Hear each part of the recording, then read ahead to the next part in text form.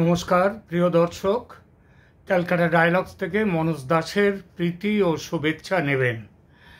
বাংলাদেশের বাতাসে গত কয়েকদিন ধরে মার্শাল ল বা সামরিক শাসনের গন্ধ ভাসছে।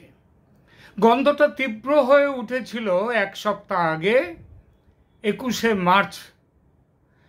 তারপর সেই গন্ধ তীব্রতর হয় মার্চ মাসের 23 তারিখে, এবং ভাবা গিয়েছিল যে 23 কিংবা বড় জোর 24শে মার্চ বাংলাদেশের ক্ষমতা দখল করবে সেনাবাহিনী।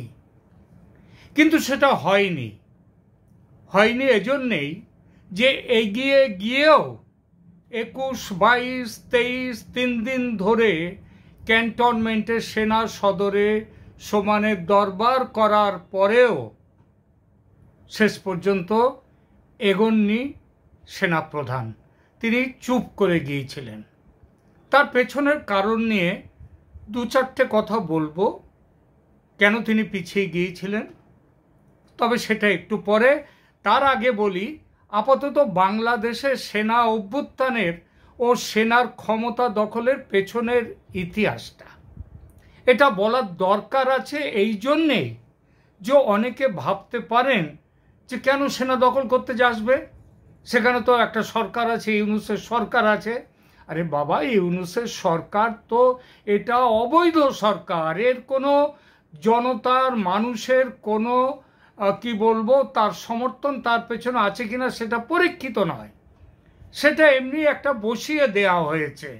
আর এই বসিয়ে দেওয়াটা এটাও অনেকটা গায়ের জোরে।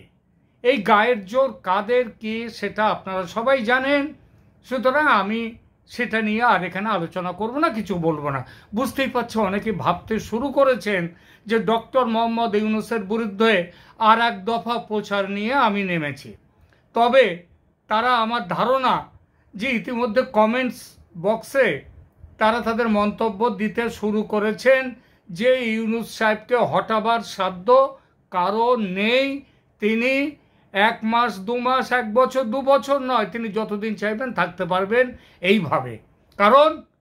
কারণ তার পেছনে একটি বিশেষ সম্প্রদায় আছে, যে সম্প্রদায় এখন বাংলাদেশে জোর গলায় কথা বলছেন।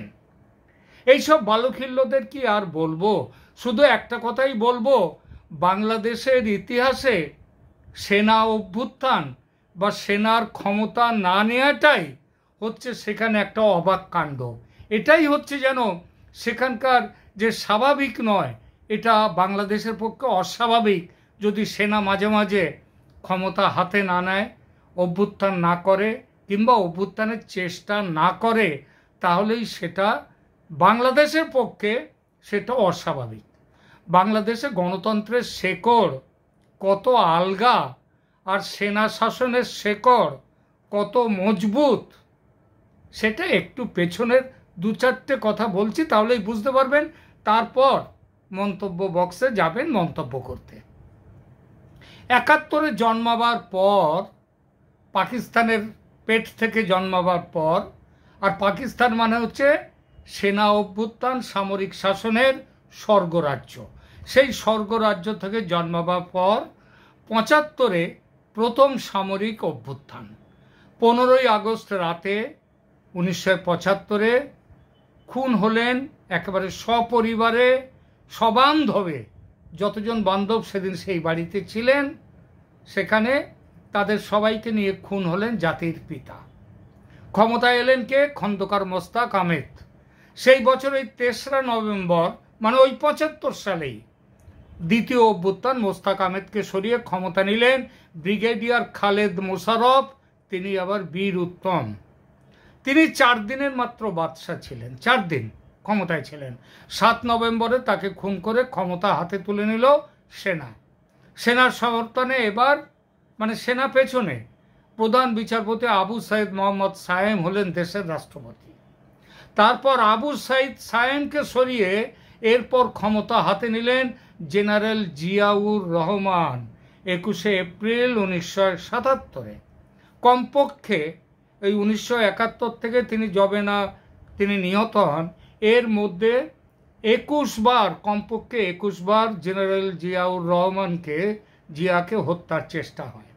শেষমেশ তাকে হত্যার চেষ্টা হয় 30 মে 1981-তে, কিন্তু সেটা চেষ্টা নয়, সেটা সফল চেষ্টা, ব্যর্থ চেষ্টা নয়, সফল চেষ্টা। সেদিন চট্টগ্রামে তিনি সতীর্থ একদল সেনার হাতে নিহত হলেন। এরপর জিয়ার মৃত্যুর পর প্রেসিডেন্ট হলেন উপরাষ্ট্রপতি আব্দুস সাত্তার। মেয়াদ মাত্র 10 মাস। 24 মার্চ 1992-তে আব্দুস সাত্তারকে বন্দুকের নলের মুখে দাঁড় করিয়ে পদত্যাগে বাধ্য করলেন জিয়াউর রহমানের নিযুক্ত সেনাপ্রধান জেনারেল হোসেন মোহাম্মদ এরশাদ। এরশাদ হয়ে গেলেন চিফ মার্শাল ল অ্যাডমিনিস্ট্রেটর। তারপর সংবিধান বাতিল করে দিয়ে তিনি হলেন প্রেসিডেন্ট। তারপরও সেনা অভ্যুত্থানে ঘাটতি হয়নি বাংলাদেশে, তবে সেগুলো হচ্ছে ব্যর্থ অভ্যুত্থান। 1996-এ এক সেনাকর্তা লেফটেন্যান্ট জেনারেল আবু নাসিম, তিনি ব্যর্থ চেষ্টা করলেন অভ্যুত্থানের। 2007 সালে আর এক ব্যর্থ অভ্যুত্থান করলেন লেফটেন্যান্ট জেনারেল মঈনুদ্দিন আহমেদ। 2009 সালে 2 বছরের মাথায় বিডিআর বিদ্রোহ, সেটাও মূলত সেনা অভ্যুত্থান, সেটিও ব্যর্থ হলো। বাংলাদেশের আপাতত শেষ সেনা অভ্যুত্থান 2011 সালের 11 এবং 12 জানুয়ারিতে। শেখ হাসিনা সরকার ভারতের হাতের পুতুল, এই অভিযোগ তুলে এবং দেশে পুরোপুরি ইসলামী শাসন প্রতিষ্ঠার লক্ষ্যে একদল সেনাকর্তা ব্যর্থ চেষ্টা করেন ক্ষমতা দখল করার জন্য। বললাম ব্যর্থ চেষ্টা, তার মানে সফল হয়নি। এই হলো যে দেশের ইতিহাস।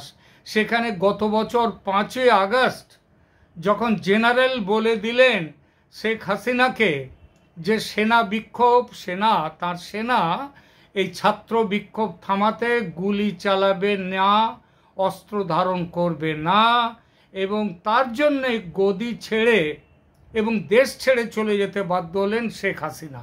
সেদিন ভাবা গিয়েছিল সেনা শাসন কেবলমাত্র সময়ের অপেক্ষা। জেনারেল ওয়াকারুজ্জামান তিনি ক্ষমতার দখল নিলেন বলে। ওয়াকারুজ্জামান তখন বলেছিলেন, যখন তিনি বললেন যে জনতার জানমাল রক্ষার দায়িত্ব তিনি নিচ্ছেন, তখন দৃঢ় ধারণা হয়েছিল তিনি ক্ষমতা হাতে নেবেন। সে সোজা পথে হোক বা বাঁকা পথে হোক। সোজা পথ মানে বাংলাদেশের ওখানটায় তিনি সামরিক শাসন জারি করে মার্শাল ল প্রতিষ্ঠা করতে পারেন, সংবিধানকে বাতিল করতে পারেন, ক্যাপ্টেন অ্যাবেন্স রাখতে পারেন। আর অথবা বাংলাদেশের সংবিধানে সেটা আরেকটা পথ হলো কি, সেটা রাষ্ট্রপতি কেন্দ্রিক শাসন ব্যবস্থা না হলেও অসুবিধে নেই, তিনি রাষ্ট্রপতিকে রেখে দেবেন, রেখে দিয়ে তিনি কাজ চালাবেন। বর্তমান সংবিধানে অন্তর্বর্তী সরকার বা কেয়ারটেকার সরকারের কোনো বিধান নেই। তাতে কি আমাদের ইউনূস সাহেবের সরকার গড়তে কোনো অসুবিধে হয়েছে? হয়নি। অতএব ওয়াকারুজ্জামান রাষ্ট্রপতি হিসেবে শাহাবুদ্দিন সাহেবকে ক্ষমতায় রেখে দিয়ে নিজে যদি শাসনভার তুলে নিতেন হাতে, কার কি বলার ছিল? কারোর কিচ্ছু বলার ছিল না। কিন্তু তা তিনি করলেন না। তিনি কেন ছেড়ে দিলেন এই সুযোগ? কেন তিনি মার্শাল ল জারি করলেন না, যেটা বাংলাদেশের মানে অন্যরা তো কত কষ্ট করে তাদেরকে সামরিক শাসন জারি করতে হয়েছে ঝুঁকি নিয়ে, আর এখানে কোনো ঝুঁকিই নেই। হাতে এসে গিয়েছিল মোয়াটা খেয়ে নিলেই হলো, কিন্তু সেটা তিনি করলেন না। আমার মতে এর কতগুলো কারণ ছিল, সে কারণগুলোকে 1, 2, 3 করে একটু ছোট্ট করে বলছি। ওয়াকার বেসিক্যালি হচ্ছেন ভীতু টাইপের মানুষ, ঝুঁকি নেওয়ার সাহস তার নেই। হাসিনা পুত্র জয়ের সঙ্গে বন্ধুত্ব থাকার সুবাদে জয়কে ধরে তিনি এই সেনাপ্রধান হয়েছেন যে এটা বাংলাদেশের যারা সেনার ভেতরের খবরাখবর থাকে তারা সবাই জানে এটা। দ্বিতীয় যে কারণ, জামায়াতে ইসলামী দলের সঙ্গে বহুকালের সম্পর্ক তার, ছেলেবেলা থেকে জামাত করেন তিনি, তার বাবাও ছিলেন জামাতের লোক। বাংলাদেশে পুরোপুরি শাসন ব্যবস্থা চালু হোক ইসলামী মতে, অর্থাৎ ইসলামী শাসন ব্যবস্থা চালু হোক বাংলাদেশে, এই মতের তিনিও একজন সমর্থক। হাসিনার পতনের পর নতুন শাসন ব্যবস্থা প্রতিষ্ঠার লক্ষ্যে বিভিন্ন রাজনৈতিক দলের সঙ্গে আলোচনার কথা তিনি বলেছিলেন ওই 5ই আগস্ট বিকেলে সাংবাদিকদের সামনে। মনে রাখবেন, সেইখানে রাজনৈতিক দলগুলোর মধ্যে কার নাম তিনি প্রথমে উল্লেখ করেছিলেন? সেই নামটা হলো জামায়াতে ইসলামের নাম। অথচ মজা দেখুন, বাংলাদেশের জামাত তখনও ছিল নিষিদ্ধ, এখনো জামাত নিষিদ্ধ, জামাতের উপর থেকে নিষেধাজ্ঞা কিন্তু এখনো যায়নি। অথচ দেখুন, জামাতের নাম তিনি প্রথম করেছিলেন, তাদের সাথে জামাতের আমিরের সাথে আলোচনা তিনি করেছেন, সেই ব্যাপারটা বললেন। এতেই বোঝা যায় তিনি ইসলামী শাসন প্রতিষ্ঠা নিয়েই বেশি চিন্তিত ছিলেন। নিজে মার্শাল ল জারি করে তিনি সামরিক শাসক হবেন কিংবা ক্ষমতা নিজের হাতে নেবেন, এটা তিনি চাননি। তৃতীয় কারণ, বৈদেশিক চাপ। এই বৈদেশিক চাপ মূলত আমেরিকার বাইডেন প্রশাসন, ডিপ স্টেট, এমনকি জাতিসংঘের। সেসব তো আজকে পরিষ্কার হয়েছে, নতুন করে বলার দরকার নেই। সুতরাং তিনি ওই চাপের কাছে নতি স্বীকার করলেন। আর তিনি তো জামাতের লোক, অতএব জামাতপন্থী রাজনীতিকদের তিনি ক্ষমতা ছেড়ে দিলেন। এবং মনে রাখবেন, ইউনূস সরকারের আমলে সব থেকে বেশি যাদের কথা চলে তারা হচ্ছে জামাত। তো এইগুলোই হলো মুখ্য কারণ। এর ফলে প্রথম সুযোগ তিনি ছেড়ে দিলেন এইভাবে। এরপর দ্বিতীয় সুযোগ এসছে এখন। 23 বা 24শে মার্চ ক্ষমতা হাতে নিয়ে ইউনূসকে ফ্রান্সে পাঠাতে পারতেন, অথবা এখন আবার যেটা হয়েছে, ইউনূস এখন আছেন চীনে, তাহলে 26 কি 26, 27, 28, 29 তারিখে ইউনূস ফিরবেন। তাহলে এই সময় কি ইউনূসকে হয় চীনে রাখবেন, চীন থেকে ইউনূস ফ্রান্সে যাবেন, নাকি অন্য কোথাও যাবেন? এটাও তিনি করতে পারতেন। সেই ব্যবস্থা তার মাথায় থাকতে পারে, এখনো আছে অবশ্য সেই সম্ভাবনা। আর এছাড়া দ্বিতীয় সম্ভাবনা আছে, ইউনূস যদি ফেরেন তাকে জেলে ঢোকাবেন, এটাও করতে পারেন।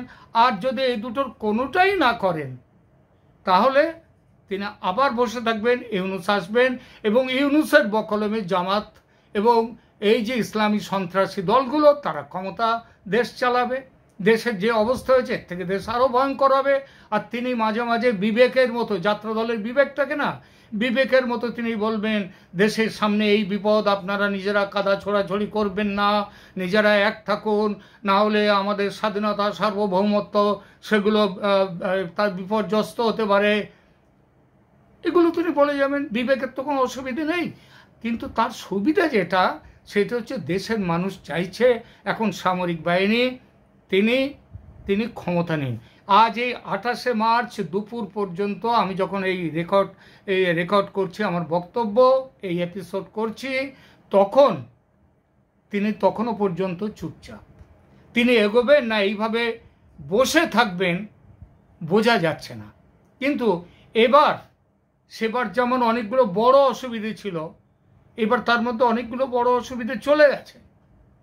সেবার তার পাশে ভারত ছিল না, তার পাশে আমেরিকা ছিল। আমেরিকা তারা জামাতকে চাইছিল, তারা চাইছিল আগের থেকে ইউনূস মেটিকুলাস প্ল্যান করে ইউনূসকে ক্ষমতা দেওয়ার জন্য তারা বসেছিল। কিন্তু এবার তো তা নেই। এবার তো ইউনূসকে ক্ষমতায় রাখতেই হবে এই বলে আমেরিকার চাপ নেই। বাইডেন এখন সরে গেছেন, আমেরিকার চাপ নেই। তাহলে এবার তিনি কি করতে পারেন? কারণ এই সময় তার তো হাত পা যে কোথাও বাঁধা তা তো নয়। এবার তার পক্ষে সুযোগ আছে। এবার আমরা দেখব এই সুযোগটা বর্তমানে ওয়াকারুজ্জামান নিতে পারবেন কি পারবেন না। আমি আগেই বলেছি মার্শাল ল জারি করার কথা এইটা, অথবা শাহাবুদ্দিন চুপ্পু সাহেবকে রাষ্ট্রপতি রেখে দিয়ে তাকে দিয়ে শাসনভার চালিয়ে যাওয়ায়, এর আগে বহুবার এরকম হয়েছে। আর সংবিধান দেখার কোনো দরকার নেই, কারণ যে সংবিধান এখন বাংলাদেশে আছে সেই সংবিধান অনুযায়ী ইউনূসের সরকার থাকতেই পারে না। ইতিমধ্যে এবার তার পক্ষে যে কারণগুলো এসছে সেটা হচ্ছে ট্রাম্প প্রশাসন তার পক্ষে এসছে। যেদিন 26 তারিখ রাত্রে 25-26 রাত্রে ইউনূস চলে গেলেন চীনে, এবং চলে যাওয়ার আগে বাংলাদেশে এলেন আমেরিকার বড় সেনাকর্তা ভোয়েল সাহেব, তিনি এলেন। তা তিনি এসছিলেন কি এমনি বেড়াতে? তিনি তো বেড়াতে আসেননি, এবং তিনি এসে ইউনূসের সাথে দেখাই করেননি। তিনি রাষ্ট্রপতির সঙ্গেও দেখা করেননি, তিনি দেখা করেছেন সেনাপ্রধানের সঙ্গে। সেনাপ্রধানের সঙ্গে কেন দেখা করতে গেলেন তিনি? তার কারণ তিনি নিজে হচ্ছেন সেনাকর্তা, এসে দেখা করে গেলেন সেনাকর্তার সাথে। কিন্তু এই দেখা করবার পেছনে তিনি নিশ্চয়ই তাকে আমেরিকার সরকারের তারা কি চাইছে সেটা জানিয়ে গেছেন। কি চাইছে এখন সরকার আমেরিকার সরকার এখন চাইছে যে চীনকে দমন করে রাখতে, চীন যাতে ইন্দো প্যাসিফিকে কোনো রকমভাবে এক্সট্রা সুবিধা না পায়, বরং তাদের যে প্রভুত্ব এখন তৈরি হয়ে গেছে সেটাকে থামাতে, সেটাকে বন্ধ করতে তিনি যা ভয় দেখাবার, তিনি যা বলার ওয়াকারুজ্জামানকে বলে গেছেন। সুতরাং আর আমাদের দেখা যাচ্ছে ঠিক যেদিন তিনি এসছেন তার পরদিনই তিনি এসছেন এখানে 25 তারিখে, আর 24 তারিখের রাত্রে এসছেন, আর 25 তারিখের রাত্রে 26 তারিখের এই প্রথম প্রহরে সেখানটায় চলে গিয়েছেন ইউনূস সাহেব, চীনে গিয়েছেন। আর সেই দিনে এসে তিনি বলে গিয়েছেন কি?